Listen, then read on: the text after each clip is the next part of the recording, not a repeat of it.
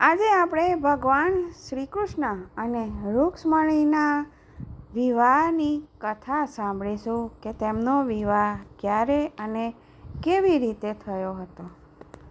આપણે સૌ રાધા કૃષ્ણની પ્રેમ કથા તો જાણીએ જ છીએ, પરંતુ શું રૂક્ષ્મણીના પ્રેમની કથાની આપ સૌને જાણકારી છે?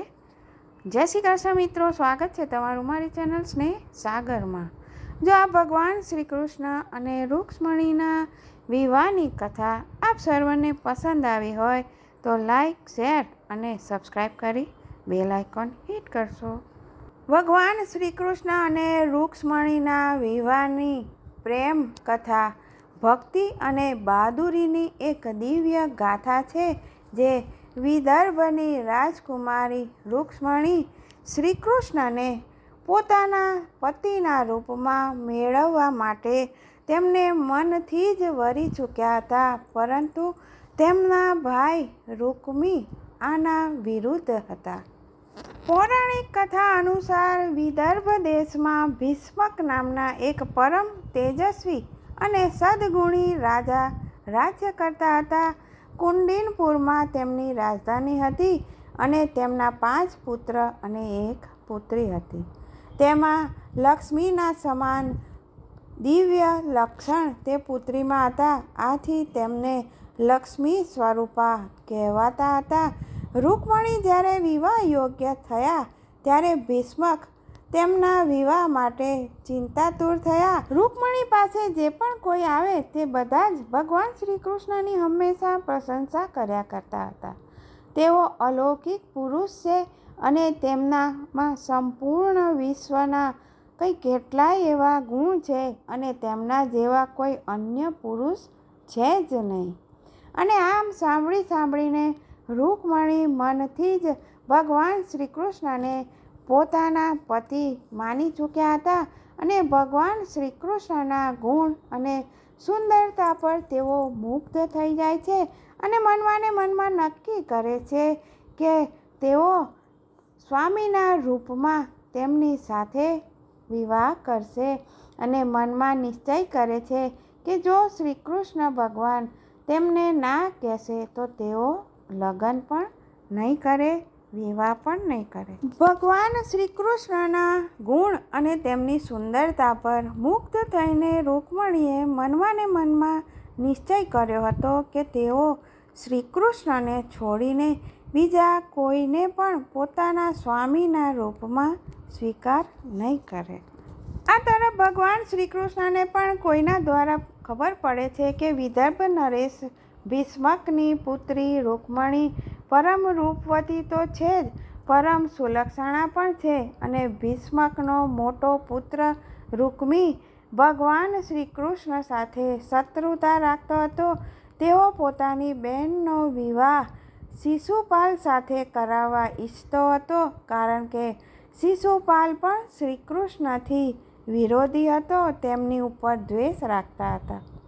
ભીષ્મક પોતાના મોટા પુત્રની ઈચ્છા અનુસાર રૂક્ષ્મણીનો વિવાહ શિશુપાલ સાથે કરવા માટે તૈયાર થઈ જાય છે અને શિશુપાલ પાસે સંદેશો મોકલીને વિવાહની તિથિ પણ નક્કી કરી દે છે.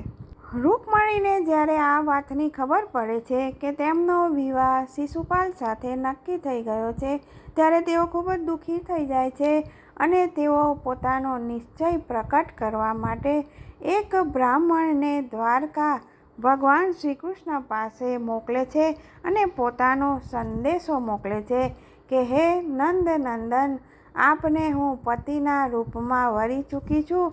મેં આપને છોડીને કોઈ અન્ય પુરુષ સાથે હું વિવાહ કરવા માટે તૈયાર નથી. મારા પિતા મારી ઈચ્છા વિરુદ્ધ મારો વિવાહ શિશુપાલ સાથે કરાવવા ઈચ્છે છે. વિવાહની તિથિ પણ નક્કી થઈ ગઈ છે. મારા કુળમાં રીતિ છે કે વિવાહના પહેલાં થવાવાળી વહુ નગરની બહાર ગિરજા મંદિરના દર્શન કરવા માટે જવું પડે છે અને હું પણ વિવાહના વસ્ત્રોમાં સજી ધજીને દર્શન કરવા માટે ગિરજા મંદિર જઈશ. હું ઈચ્છું છું કે આપ ગિરજા મંદિર પહોંચીને મને પત્નીના રૂપમાં સ્વીકાર કરો. જો આપ ત્યાં નહીં પહોંચો તો હું મારા પ્રાણનો પરિત્યાગ કરી દઈશ. રૂકમણીનો આ સંદેશો મેળવીને ભગવાન શ્રી કૃષ્ણ રથ ઉપર સવાર થઈને જલ્દીથી કુંડિનપુરની તરફ ચાલી નીકળે છે અને તેમણે રૂકમણીના દૂત બ્રાહ્મણને પણ પોતાના રથમાં બેસાડ્યા હતા.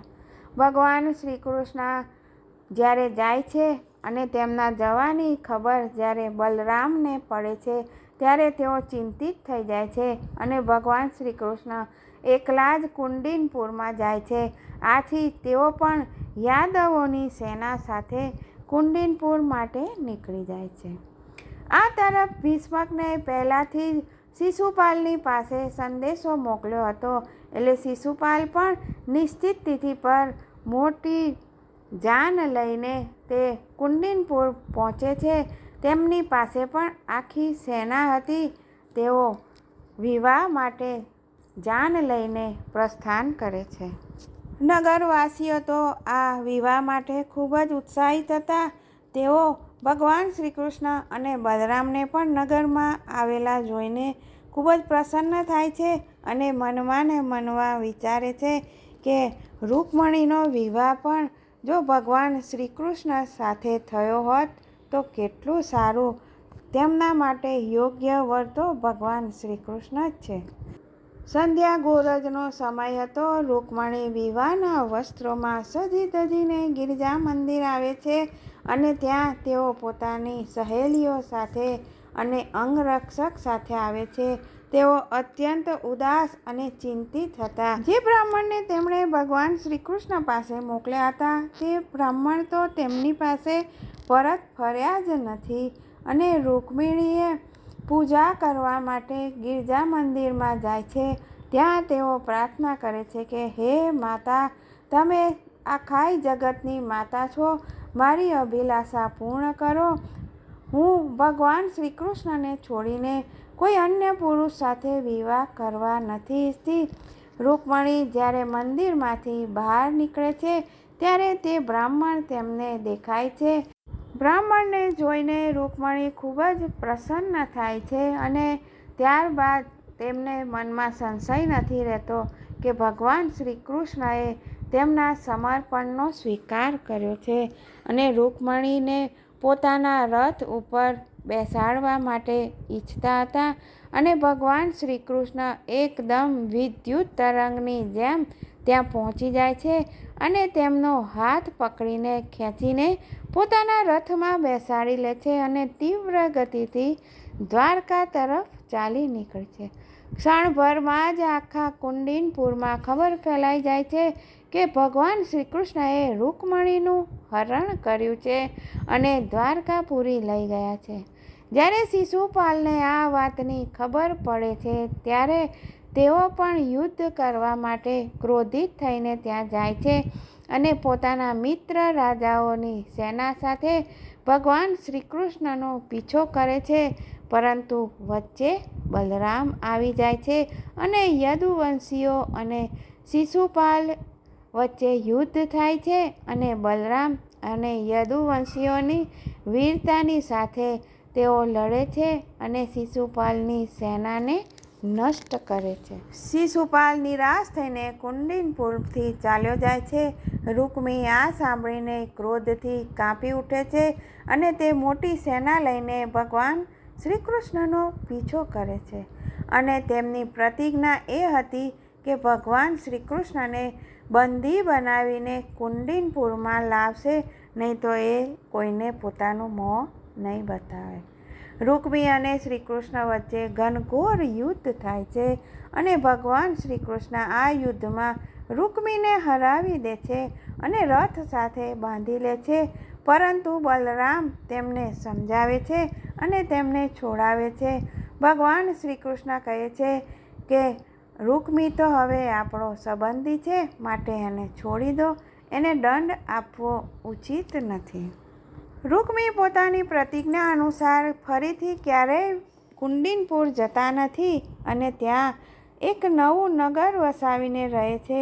માનવામાં આવે છે કે રૂકમીના વંશજ આજે પણ એ નગરમાં રહે છે.